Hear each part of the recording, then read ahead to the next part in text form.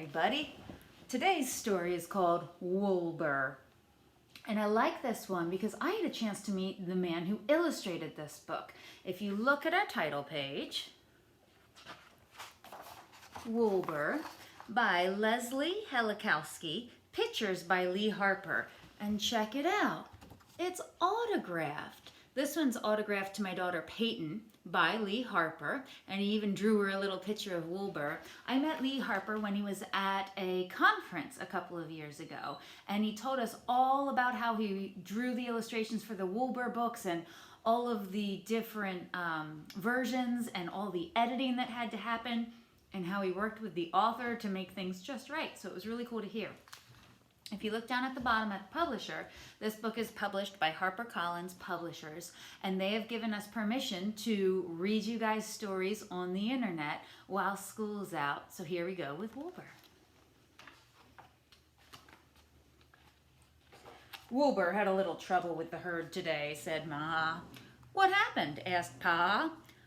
I don't want to stand still with the sheep, said Wilbur. I ran with the dogs instead. Here comes Wilbur home from school. But those dogs are half wild, said Pa. I know, said Wilbur. Isn't it great? They'll run circles around you, said Ma. I know, said Wilbur. Isn't it great? Don't worry, said Grandpa. But Ma and Pa pulled on their wool all night long. I like Grandpa over here. Wilbur had a little trouble in the shearing barn today, said Ma. What happened? Asked Pa. I don't want to shear my wool, said Wilbur. Being woolly feels nice. You know how sheep get their wool sheared off every year in the spring, and then they can use it to make clothing and things. But it's springtime, said Pa. I know, said Wilbur. Isn't it great?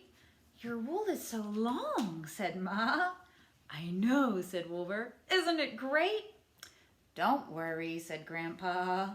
But Ma and Pa pulled on their wool all night long.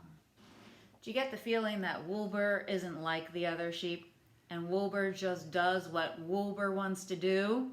Do you think that's a good thing or a bad thing? Ma and Pa seem to be worried about it, but Grandpa says it's all going to be okay. Wilbur had a little trouble carding wool today, said Ma. What happened? Asked Pa. I carded my own wool, said Wilbur. No more tangles. Now, carding is usually what humans do to the wool after they take it off the sheep. They use kind of brushes, and they pull through it. Look what happens when Wilbur carded himself. Oh, boy. But sheep don't card wool on their bodies, said Pa. I know, said Wilbur. Isn't it great? You look so different, said Ma. I know, said Wilbur. Isn't it great? Don't worry, said Grandpa. Do you know what Mom and Pa are going to do? But Ma and Pa pulled on their wool all night long. Seems like that's a nervous habit that they have. That's what they do when they're worried. What do you do when you're worried about something? Are you a nail biter or a hair twirler or a finger tapper? Wilbur had a little trouble spinning today, said Ma. Spinning the wool is when you take it and you put it through a spinning wheel to make it into long threads of wool. What happened? Asked Pa. I rode around on the spinning wheel, said Wilbur. It was fun. Oh my. But spinning is not supposed to be fun, said Pa. I know, said Wilbur. Isn't it great? Your yarn is all loopy, said Ma. I know, said Wilbur. Isn't it great? What does Grandpa say? Don't worry. But Ma and Pa pulled on their wool all night long. Wilbur had a little trouble dyeing wool today, said Ma.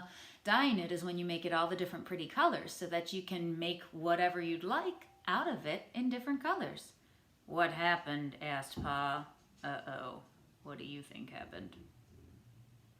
Instead of dyeing the yarn, I dyed myself, said Wilbur. I like experimenting. Oh my. Wilbur is bright blue. You look unbelievable, said Pa. I know, said Wilbur. Isn't it great? It will never wash out, said Ma. I know, said Wilbur. What's he gonna say? Isn't it great? Don't worry, said Grandpa.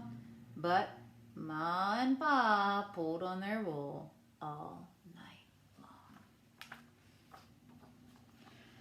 Wilbur had a little trouble weaving today, said Ma. Now you can take your colored threads of wool and go in and out and in and out to weave them into a blanket or scarf or something like that.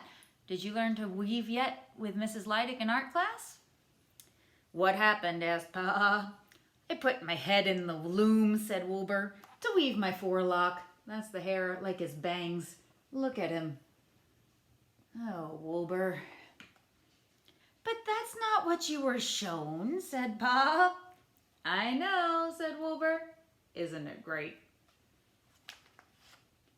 It's unheard of, said Ma. I know, said Wilbur. Isn't it great? Oh my, that is some hair, Wilbur. Don't worry, said Grandpa. But Ma and Pa pulled on their wool all night long. Finally, Ma and Pa took Wilbur aside and said, You must follow the flock, dear. It's what we sheep do. From now on, you will stay with the herd like everyone else. You will shear wool like everyone else. You will card wool like everyone else. You will spin wool like everyone else. You will dye wool like everyone else. You will weave wool like everyone else. Do you think Wilbur will? Oh, said Wilbur. He thought and thought all night long. And from then on, he taught everyone else to run with the dogs, to let their wool grow, to card their own wool,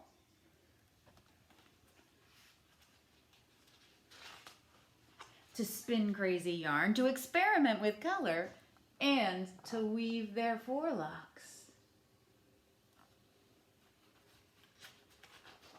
Ma and Pa put their heads in their hooves and sighed. Wilbur does not think like we do, said Ma.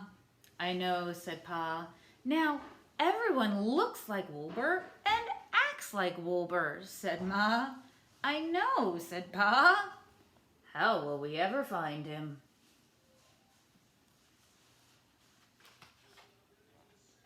Don't worry, said Grandpa. I'm pretty sure Wilbur will never blend into the crowd. What do you think? Do you like the way he solved his problem? Looks like it made everybody happy in the end. If you liked Wilbur, we have it at our school library, and there are more Wilbur books too. The newest one is Wilbur Goes to School. You'll have to check it out. All right, I'll see you again tomorrow.